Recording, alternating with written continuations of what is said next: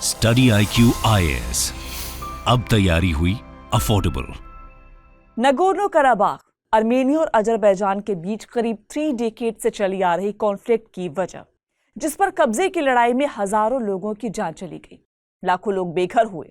अब उसी Nagorno Karabakh ने अजरबैजान के सामने सरेंडर कर दिया है। आर्मी ने अपने हथियार डाल दिए हैं। अजरबैजान की आर्मी ने नगोर्नो कराबाख पर कब्जा कर लिया है और करीब 50,000 से ज्यादा लोग माइग्रेट कर चुके हैं, यानी अपना सब कुछ छोड़कर यहां से जा रहे हैं। 1992 से चली आ रही इस लड़ाई में आर्मेनिया के सपोर्ट वाली सरकार की हार हुई है और इस हार से इंडिया को भी झटका लगा है। इसलिए आज के एपिसोड में हम इसी टॉपिक पर बात करेंगे। वेलकम टू स्टडी IQ, आप देख रहे हैं जियो पल्स। आपके साथ मैं हूं शिवानी और आज के एपिसोड में बात होगी नगोर्नो कराबाख की हिस्ट्री और वहां से आए रीसेंट अपडेट्स की।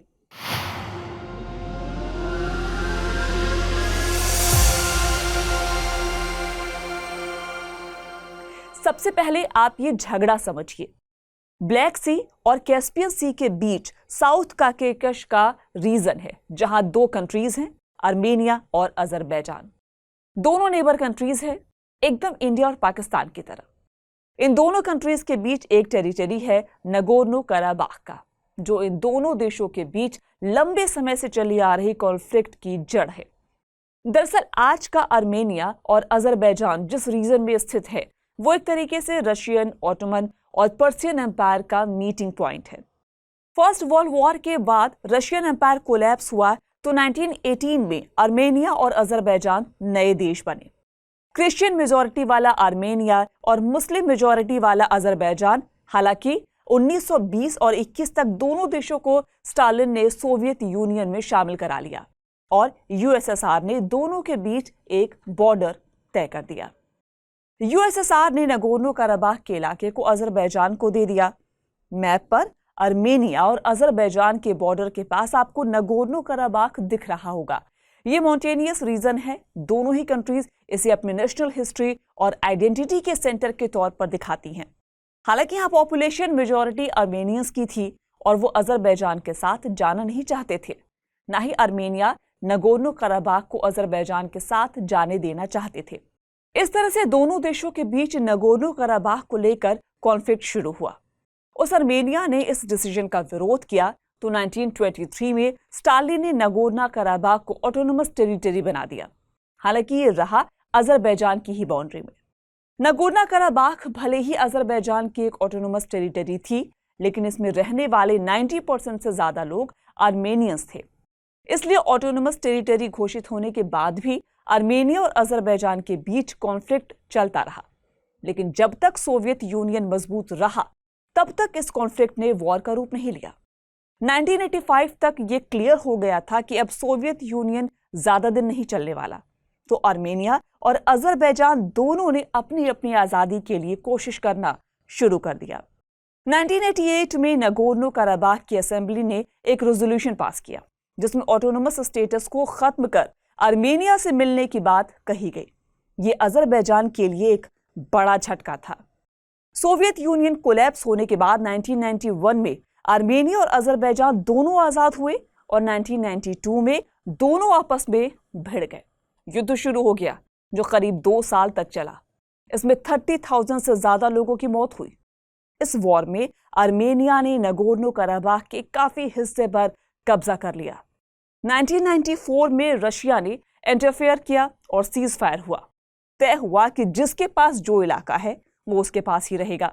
इस तरह नगोर्नो कराबाख अजरबैजान का हिस्सा बना रहा, लेकिन वहां पर आर्मेनिया के समर्थन वाली सरकार चलने लगी और अब तक चल रही थी। लेकिन इस बीच दोनों देशों के बीच हिंसा जारी रही। 2020 में 44 दिन तक दोनों देशों के बीच वॉर चला। 6,000 से ज्यादा लोगों की मौत हुई। इस वॉर में अजरबैजान ने एक बार फिर से उन इलाकों पर कब्जा कर लिया जो उसने 1992 में गंवा दिए थे। एक बार फिर से रशिया ने इंटरफेयर किया और सीज फायर एग्रीमेंट हो गया।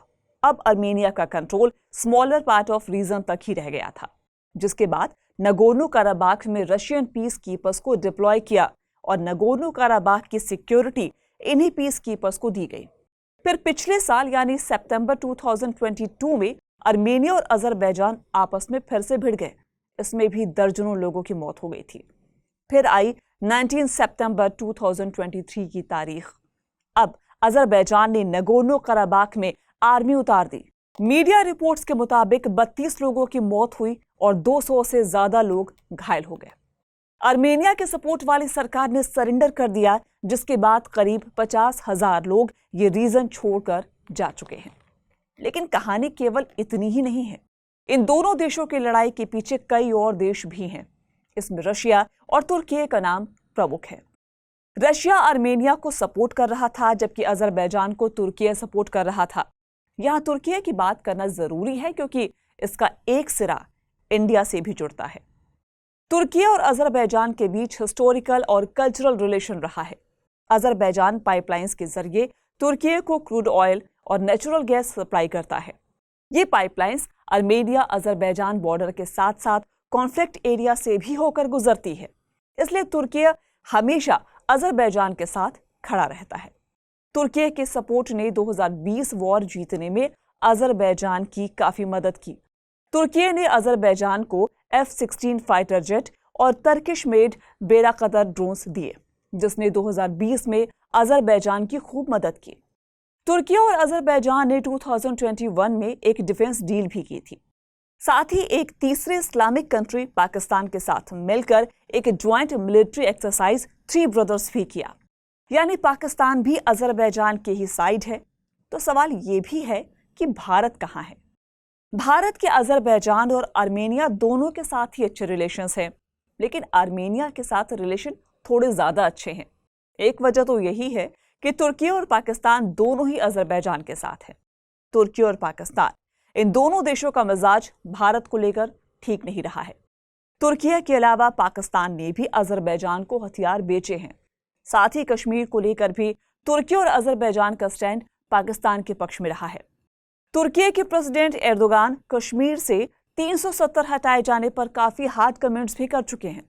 अजरबैजान का भी रुख रिसेंट ईयर्स में ऐसा ही रहा है, जबकि आर्मेनिया कश्मीर इशू पर पूरी तरह से भारत के साथ रहा है। भारत ने भी आर्मेनिया को आर्म्स सप्लाई किए हैं। 2022 में इंडिया और आर्मेनिया ने $250 मिलियन का एक आर्म्स डील साइन किया था। यानी इंडिया आर्मेनिया के बीच लास्ट ईयर्स में आर्म्स ट्रेड बढ़ा है और ये फ्यूचर में भी जारी रह सकता है, क्योंकि तुर्की और अजरबैजान ने एक लैंड कॉरिडोर बनाने की बात कही है, जबकि आर्मेनिया ने इसका विरोध किया है। यानी कि नगोर्नो कराबाख के बाद भी दोनों देशों के बीच ये मसला रुकने वाला नहीं है। ऐसे में अगर तुर्की और पाकिस्तान को कड़ा जवाब देना है तो भारत को आर्मेनिया के साथ पूरी मजबूती के साथ खड़ा रहना होगा। आज के जियो पल्स में इतना ही। आपको हमारा यह एपिसोड कैसा लगा हमें जरूर बताइए। नेक्स्ट एपिसोड में किसी नए टॉपिक के साथ आपसे फिर मुलाकात होगी। तब तक अपना ख्याल रखिए। Good bye. Study IQ IAS अब तैयारी हुई अफोर्डेबल।